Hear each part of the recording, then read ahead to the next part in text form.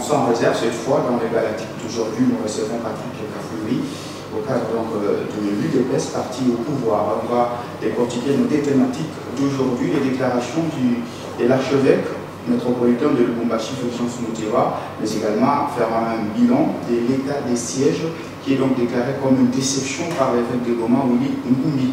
Devant donc des milliers de fidèles, l'archevêque métropolitain de Lubumbashi, Fulgence Moutéra, a dénoncé il forme des abîmes entre le train de vie insolent de l'oligarchie politique qui règne actuellement, mais aussi la misère du peuple qui ne cesse de grandir dans l'indifférence générale des gestionnaires de la chose publique. Il a, en des termes forts, dénoncé une gloutonnerie de l'élite au pouvoir et des multinationales peu scrupuleuses, tout en mettant en garde quiconque s'amusera à diviser dans le pays à cause des vérités politiques. Il va trouver le peuple sur leur chemin.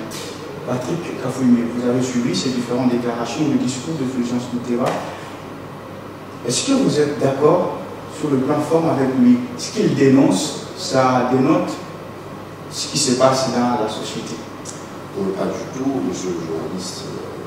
Est-ce que M.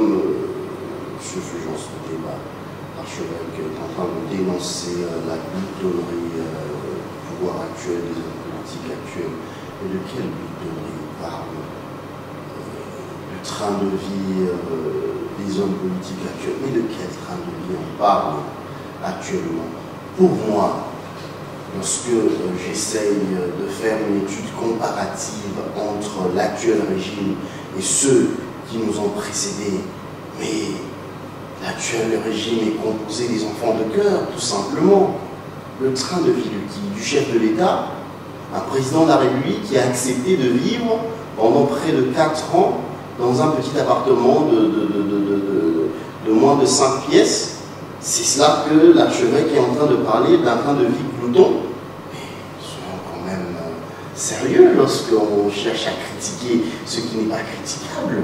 Lorsqu'on parle du train de vie des hommes il a comparé le train de vie des hommes politiques et la misère du peuple. Il faut rappeler que Jean Kaboun a aussi dénoncé. Mais monsieur le journaliste, est-ce que la misère de la population congolaise, d'une partie de la population congolaise, a commencé avec l'actuel pouvoir de Félix Antoine Tshisekedi? Mais vous défiez la non.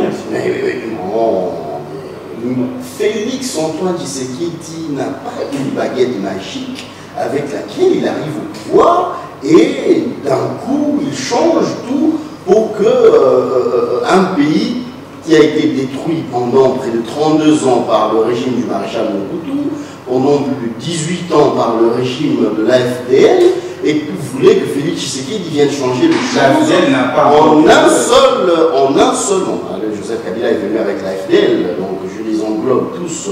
En un seul mandat, vous voulez que Félix Tshisekedi change tout, mais depuis l'arrivée du chef de l'État, il y a eu plusieurs avancées, il y a eu plusieurs changements, monsieur le journaliste. Vous dites que la misère n'a pas pris fin, donc aujourd'hui nous avons plus de 2 millions d'enfants qui sont scolarisés grâce à la gratuité de l'enseignement. Est-ce que vous vous rendez compte que le budget que la République démocratique du Congo avait été à moins de 4 milliards de dollars et aujourd'hui nous sommes à près de 16 milliards? Est-ce que vous vous rendez compte, monsieur le journaliste, que nous avons plus de 2000 médecins qui ont été mécanisés? Nous avons plusieurs enseignants, des milliers d'enseignants qui ont été mécanisés avec l'arrivée du président de la République, Félix Antoine Tshisekedi Tshilombo. Le budget de l'armée est à plus d'1 milliard de dollars, chose qui n'a jamais existé en République démocratique du Congo. Et vous dites que le pouvoir actuel n'a pas changé les choses. Non, Félix Tshisekedi a travaillé, il est en train de travailler pour le changement du justice. Le problème avec l'homme congolais, c'est la mentalité. C'est ça le problème de l'homme congolais. Lorsque l'homme congolais va se rendre compte qu'il doit changer sa mentalité, lorsque l'homme congolais va se rendre compte qu'il doit boire de l'eau dans sa bouteille et prendre cette bouteille en plastique, la jeter dans la poubelle, en lieu et place de la jeter dans la rue, les choses vont changer dans ce pays. C'est cela le problème. Le problème, ce n'est pas le pouvoir. Tout à fait. Vous faites allusion au budget. Estimé à 16 milliards, mais le problème c'est l'incidence sur le plan social. Ici, on est à Lubumbashi, on a quand même le prix de la farine qui est la parfaite illustration, et c'est là que les gens se posent la question, mais finalement, il n'y a pas d'impact social. Mais depuis des décennies, la République démocratique du Congo a toujours importé la farine de maïs dans les pays de l'Afrique australe. C'est là que nous avons toujours importé. Et il y a eu un problème, il y a eu une pénurie en commençant par les importateurs eux-mêmes. Et cela a eu une incidence. C'est ça le problème. Nous sommes en train de dire que la République démocratique du Congo doit améliorer sa politique agricole. La politique agricole de notre pays doit être améliorée. Il y a encore beaucoup à faire sur ce plan. Nous avons plusieurs milliers de kilomètres de terres arables qui sont en train d'attendre d'être exploités, mais qui ne sont pas encore exploités. Donc, nous ne disons pas que le régime de Félix Tshisekedi est parfait. Il y a encore des choses à faire. Mais là, arriver à dire que on cherche à comparer la gloutonnerie du régime en place, le train de vie des hommes politiques à celui de la population. Mais qu'est-ce qu'on veut au juste? On veut voir un ministre en train de rouler à vélo, ou on veut voir un ministre en train d'aller au bureau sur une moto, et là on va acclamer. Non, on veut voir un ministre qui va quand même proposer des réformes pour... Nous avons des textes, il y a un budget qui est voté au niveau de l'Assemblée nationale, et les ministres ont des salaires. Le président de la République a un salaire. Donc vous pensez les que députés ont des salaires. Le constat de Fulgence Moutéba est tout faux? Il est tout faux, il est tout à fait dans l'optique de l'opposition en place, qui critique tout et qui n'est pas prête à acclamer lorsqu'il faut acclamer. Aujourd'hui, nous avons plusieurs aéroports de standards internationaux qui sont en construction en République démocratique du Congo. En même temps, il n'y a pas d'avion.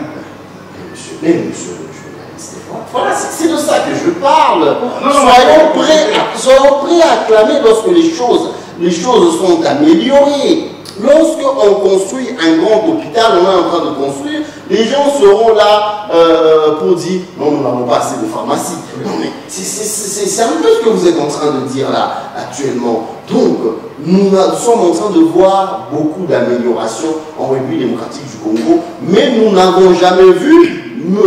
Fulgence Moutéba acclamer lorsqu'il y a des changements, acclamer lorsqu'il y a des améliorations et encourager. Mais ils n'attendent que là où il y a la petite bête, ils le recherchent pour être prêts à critiquer le régime. Pour quel bénéfice? Nous savons, pour les officines obscures qui sont en train de chercher à nuire à ce pays. On va séquencer justement sa déclaration. Il parle d'une gloutonnerie, de la classe politique. Vous dites non. Mais quand il dénonce le multinational peu scrupuleuse, là, vous n'êtes pas d'accord avec lui, puisqu'on a, même vous l'avez toujours dit, du côté des lettres, aujourd'hui, s'il y a cette guerre-là, c'est qu'il y a quand même des multinationales qui ont des longues mains pour y mettre au minerai congolais. Évidemment, ça c'est un point sur lequel nous sommes d'accord. Et ces multinationales à l'est de la République démocratique du Congo qui sont en train de financer la guerre dans notre pays dans le but de bénéficier des richesses de la République démocratique du Congo tout en ne respectant pas la taxation ou le nécessaire que la loi congolaise oblige aux investisseurs pour bénéficier du sol et du sous-sol de la République démocratique du Congo. C'est ça le problème. Et c'est ça même, je peux même dire, le plus gros problème que nous avons, le fait que dans cette guerre, nous imposée injustement par les mouvements rebelles, notamment le mouvement du 23 mars, et par leurs parrains, le Rwanda, ainsi que d'autres pays voisins, nous avons des grandes puissances multinationales, qui sont derrière cette guerre comme une certaine main noire prête à nuire à la République démocratique du Congo pour leurs bénéfices personnels. C'est ça qui fait en sorte que cette guerre a duré des décennies et c'est ça qui la rend aussi complexe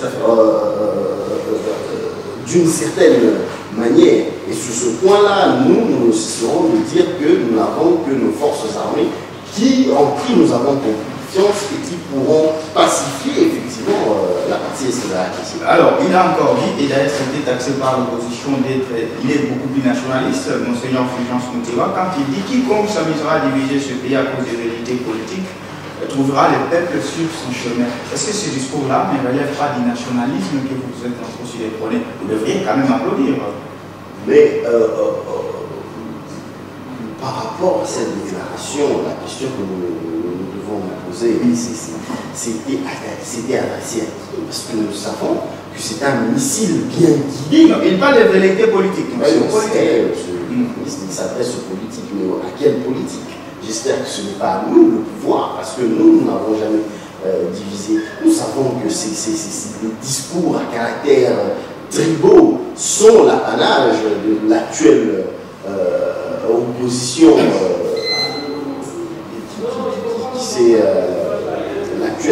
des partis politiques qui s'appellent partis de l'opposition pendant qu'ils ne le sont véritablement même pas. Donc, ces discours-là à caractère tribaux qui sont là pour diviser, pour créer une certaine haine tribale, pour créer un système assez séparatiste, ségrégationniste dans notre pays.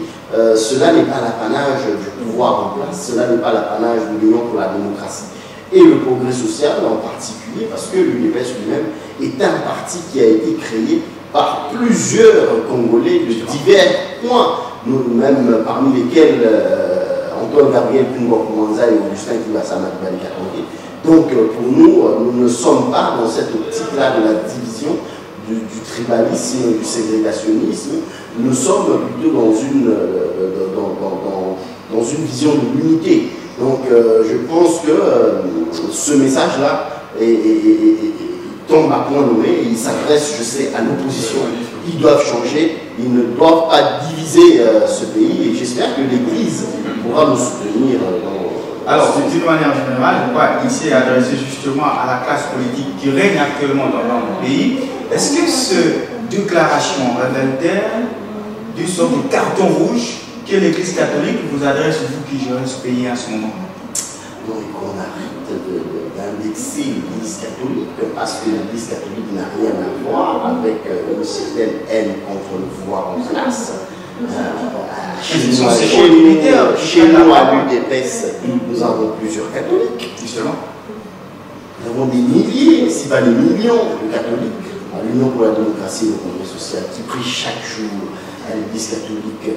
Mais si au sein de l'Église catholique, nous avons certaines personnalités ou autres personnalités qui se sont laissées